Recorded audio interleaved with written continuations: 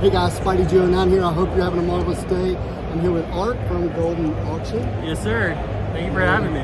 We are having the best time here at the Dallas Card Show. And yeah, we've been talking Marvel cards.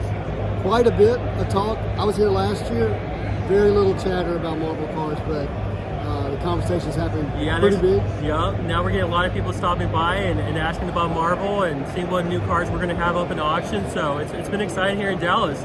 I was here a year ago and I didn't see these cards. Well, Goldin Auction hadn't, sold Marvel cards over $100,000 yet. Right, absolutely. I got a funny story about that. I was actually at the Long Beach show taking in consignments with Goldin, and I got to meet some collectors that were asking about the Marvel market in particular.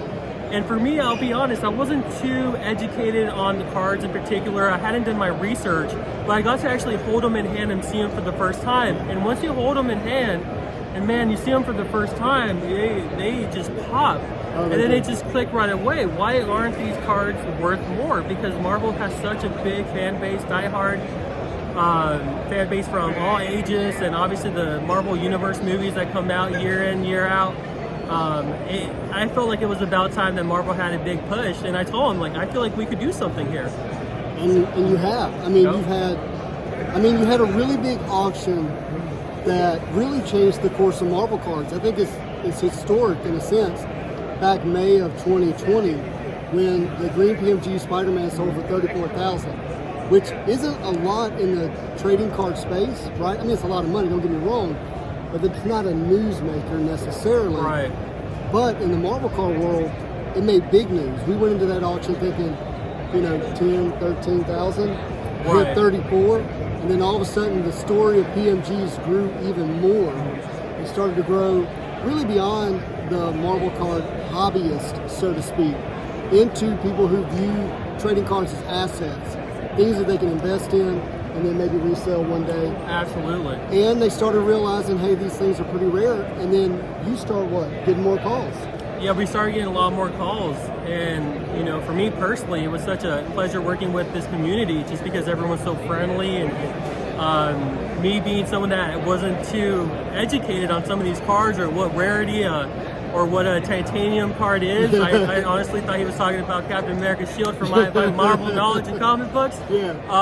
Everyone's so willing to educate you and so willing to help you out if you're looking for something in particular. And guys like yourself, I get to watch your lives constantly and learn more, so I'm more educated and equipped to do my job, so I really appreciate it. And we love it, man. So when these sales happened, I think the first really big sale was a full set of red. PMGs. I think it went for $88,000. $88,000. Yeah, I had the pleasure of working with that consigner. So and that was a big one. Kind of shook us up, right? Yep. We're like, okay. And then the red PSA 9 pops.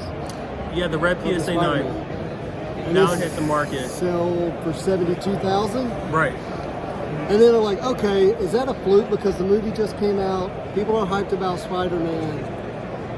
You're shaking your head. It's not a fluke. I don't think it was because of the movie. I feel like the movie was good timing in general. Maybe it added something to it, but I feel like it's because it was a PSA 9 and there was already momentum brewing for Marvel cards. Because sometimes you see certain niches and certain categories in a hobby that seem like no-brainers because of the communities behind them, and Marvel just kind of hit me like a train, especially when the prices started hitting there, and I feel like it's just the start, just the beginning. So at that point, we're like, okay, so a red. Now, just to make sure everybody's on the same page, 2013 Retro Spider-Man, those PMGs are red, blue, and green, with the blue being numbered out of 50 and the greens being numbered out of 10. So red's not even the best card. There's 99 of them. Right? Now, the grade was special. We've noted that. So then a blue pops up on Goldin Auction, and we're thinking, okay, let's see, did red sell because it was PSA 9 and a color match? How will the blue do being a BGS 9 and not a color match? And what did it do, Art? Man, it went for 132,000, which for me didn't surprise me. I think it surprised the Marvel community, because sometimes when you start seeing some momentum happening in a category, you just know there's going to be a bigger sale, and it being a lower population and a 9, I knew it was going to go for over 6 figures without a doubt. All right, I know nobody likes it when somebody pats themselves on the back a little bit, but earlier that day I said, hey, the winning bid is going to be $110,000. You said that day? I did that morning. Nailed it. On the podcast, Marvel's Pack First podcast, nailed it. So it was $110,000 bid with the buyer's premium at $132,000. That means that's the actual dollars out of the buyer's pocket, right? That's correct. So that's what they're really. That's the final sale price. And they know that, even though they're bidding 110, they know what their actual all-in bid is at that time. So I was kind of right. You were right. You were pretty spot on. If we didn't include the buyer's premium, you almost nailed it. Yeah, there. So when it stopped at 110, I was like, oh no, I did it. Right. So, but okay, so then, and this has got the community talking. So the very next day, or while that auction was going on, there was another blue Spidey BGS 9 from 2013. Some would say a better grade overall because of subgrades, whatever. But it sold for $99,999 with about 3 seconds left, one bid, legitimate sale. So I'm curious from Goldin's perspective, why do you think that card, after eBay fees, it's probably about $12,000 or $15,000 difference because you got about 18% on eBay, so about 115, 118 in.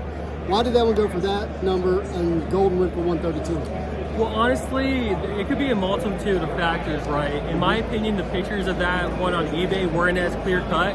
I mean, we do a really good job in our, in our photography department to make sure we get really good resolution pictures of the cards. I think that could have been a factor, and also the client base. I mean, needless to say, when it comes out to Goldin's buying power, it's top notch. There's that piece to it, and also our auction format's a little bit different. I mean, in eBay, once the clock runs out, you got snipe and it's over. We have the extended bidding period where guys have to wait a full 30 minutes without bid for the auction to actually close. Every bid during extended bidding resets the clock another 30 minutes, so that's another factor that I believe help benefit our sale. So those people are invested. They're like, oh, I know I didn't win it. Right. Because there was another bid, I have a chance again, and it kind of creates this desire to keep bidding until you win. Absolutely. Where eBay is just you put in your bid and you hope for the best at the end, right? Yeah, and absolutely. The buyer of the blue didn't know on that day on Goldin what the other one might finish at auction, right? Right. And so there's that as well. Maybe it was the second person bidding that got it. It could have been another bidder. Yeah, absolutely. There's also the security. Sometimes on eBay, as some of you might have experience, it can be a little finicky when it comes down to buying and selling, and I feel like there's trust when it comes down to a brand like Goldin, and some people are willing to pay the extra $12,000, sometimes $20,000 for the security that's coming from us. Right, because they see it as an investment, and you've touched the card, you've curated the card, you know the history of the card, right? You know where it's coming from, and people trust that because you've done that work. With eBay, you're like, how many reviews does the seller have? So, yeah, there's that too as well. Yeah. So. But needless to say, we're incredibly excited for the future of Marvel. I'm excited to be working with you. Yeah. I'm stoked to actually meet you in person for the first time. I'm always on your videos, and you keep up the good work, man. We appreciate it. I love Marvel cards. I just, there's some who think what's happening with Marvel cards is a little bit of a fluke, and I'm just one person, so what do I know? But I don't think it is.